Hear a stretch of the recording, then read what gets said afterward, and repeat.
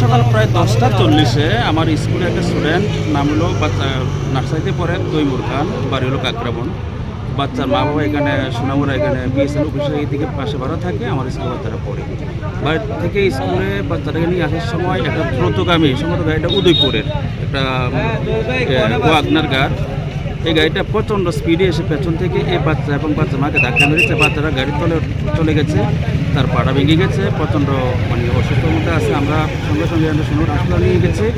আর পাশে ছিল আমাদের স্কুলে একজন ম্যাডামের একটা স্কুটি নিয়ে এসে আস্তে আসছিল, প্রথম মানে আঘাত করেছে। বর্তমানে সে কিন্তু সোনামুড়া হাসপাতালে একটা সিটি করাচ্ছে। এই পরিস্থিতিতে আমি এই যে রাস্তাটা কিন্তু সোনামুড়া হাসপাতাল রোড প্রচণ্ড প্রশস্ত রাস্তা, এখানে প্রচুর দ্রুতগামী রাস্তাতে গাড়ি, বাইক এবং স্কুটি এই সমস্ত জিনিস, এই সমস্ত যানবাহনগুলো প্রচণ্ড দ্রুত চলাফেরা করি।